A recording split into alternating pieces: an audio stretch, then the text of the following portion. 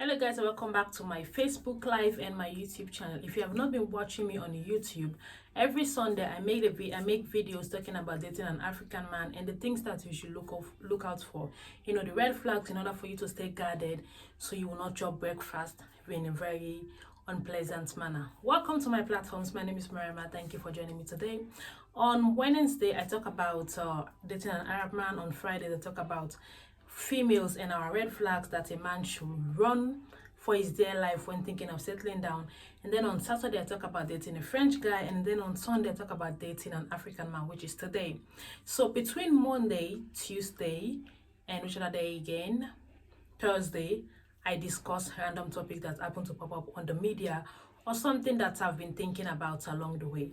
So if you're watching me from YouTube, please make sure to subscribe and don't forget to share this video. My Instagram, Facebook page, and TikTok link are available in every video on my YouTube channel in the comment section. So let's get straight into today's episode. So when you think of dating an African man, there are so many things going through your mind. I'm an African woman, so I can tell you firsthand of what it feels like dating our brothers. Even though some of us can't go, we can't go outside the bar, we are still inside the bar, but there are certain things that you will not want to settle down for. If you are looking for a short fling or you just want to have fun, enjoy the moment, you can go ahead and mess around. But if you know you want something long term, there are certain criteria you should look out for, especially an African man living overseas. The ones that are living back home, whether in West Africa, North, East, or South, I don't know. I don't care about them too much because they tend to be a little bit better. But when they come to the white man's land, it's like all of a sudden they try to reprogram themselves, like present themselves like someone like you without that really this is an African guy treating this lady this way. Like seriously, there are so many questions will be popping up your head.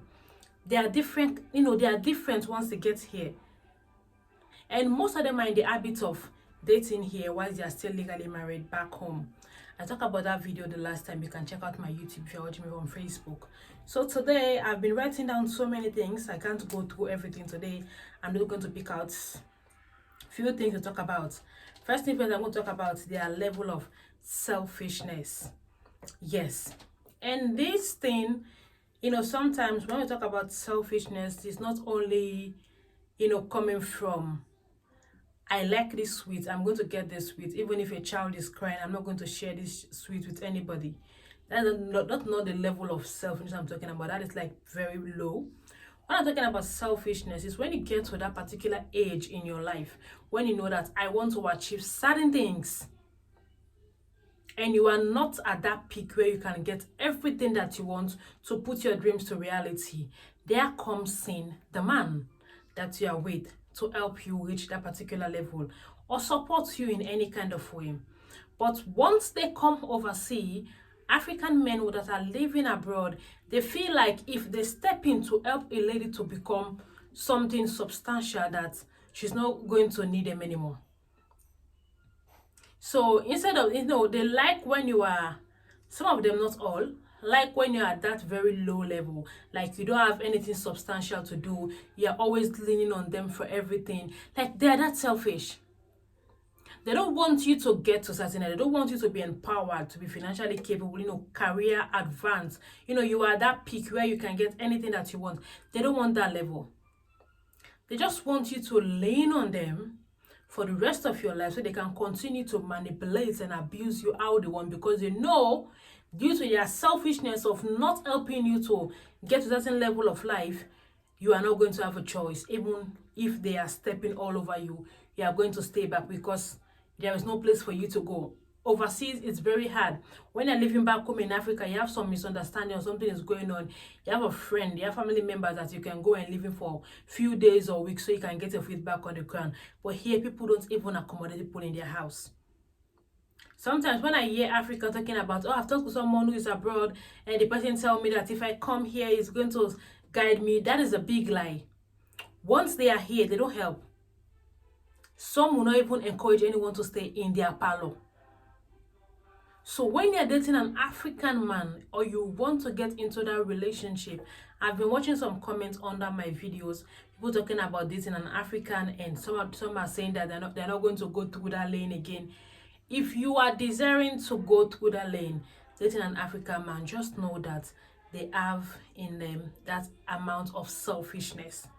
Like it is inside of them, it's like it's part of them, like they can't get away. You know, they find it really hard, whether its level of insecurity is so low that they can be that selfish or something else, I can't tell, but they have that level of selfishness inside of them. The next I want to talk to you guys about is the last time I talk about their double marriages. Yeah. I think I'm going to get this off here now. And now their level of manipulation. When I'm going to talk about this topic, this is what I'm going to end up with today, just to. When it comes to manipulation, you know, like there are a lot of our beautiful sisters back home that are dating African guys that are based abroad. And then there is this emotion of, okay, my man is going to help bring me back, you know, bring me where he's staying, then we are going to have a life together. The first thing first, listen up, guys, listen. The fact that you help a lady to get to certain points in life does not mean you should hold that to manipulate them for the rest of their lives. Yes, the level of manipulations African men can pull, trust me, it's enough to drive a lady nuts. So many African guys have that inside of them. I know this one is not even for the ones based abroad, even back home in Africa. There are certain conversations I've, you know, have with people that are married. Some women can be struggling, asking help from their friends. When they are with a husband, you know, questions will start popping up in your head out of curiosity, or if you have a gossip mind like mine that I'm always I'm always into stuff, I want to know everything. They will give you a very simple answer.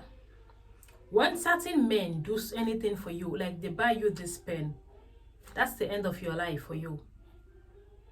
Because of that pen that they buy for you, even if they have, you know, bought that pen for you like years ago, they will be manipulating everything of your life. Like if they want this and you are be like, oh, I'm tired, I can't do this, I can't do that, then see the way I'm bringing clear inside my conversation. I can't do this, I can't do that. And then they'll be like, oh, you're an ungrateful girl. Remember I bought you this pen the last time? Remember I bought you this? Remember I bought you that? Their level of manipulation is bad. You guys, if you're a man, you're watching this video, stop it. Stop being manipulative. You're with your woman, you love her with all your heart, everything is going fine. That's enough. You don't need to be bringing situations that have already happened in the past just for you to get your way. Like sometimes it's annoying, it's really crazy. Some females just tend to like stay low, you know, just forget about it, just move on, try to bring your mind into something different. But level of manipulation that African men have, I don't know why they are into that, but it is insane. The fact that you help me when I needed something, or you step in for me emotionally or psychologically, you have played a role in my life. Like you have been a part of what I've been trying to accomplish. Does not mean you should hold that as your meal ticket to milk me for every single thing. You'll be using emotional blackmail. You'll be manipulating, you know, they can be playing that victim role until the day they die. Like I don't get. You help someone, okay, fine, that is your responsibility. I don't see why after doing something nice for a lady, you'll be bringing that up. You want something, be nice, be polite, be gentle, ask nicely.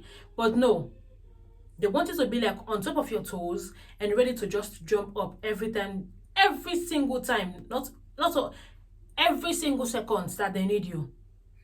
And once you make one hiccup, like you just have a little bit of hiccup, like, okay, I want to do this, I want to do that, then they bring their level of manipulation. They are going to they can manipulate the whole situation. When you are the victim, you are the one struggling, you are the one suffering, you are the one going through, that emotional and mental breakdown while standing there and looking at them or sitting down and listening to them. They can turn that whole situation and make themselves appear as the victim.